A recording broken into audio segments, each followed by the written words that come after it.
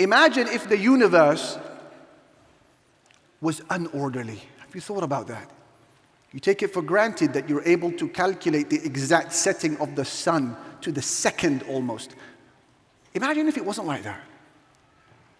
Imagine if the sun would rise at random times and would set at random times and you couldn't predict it. Could we live our lives like this? Imagine sun rises on one day for an hour, flickers in the sky, and then it sets for 23 hours. We're plunged into darkness. And then you wait for the next day. You have no idea what's going to happen. The sun rises for 22 hours, scorching heat. And then the sun sets for another 2 hours. Your night is just 2 hours. Then the sun rises again. Can you imagine the type of physical, biological, spiritual damage that it would cause to you and I? That's untenable.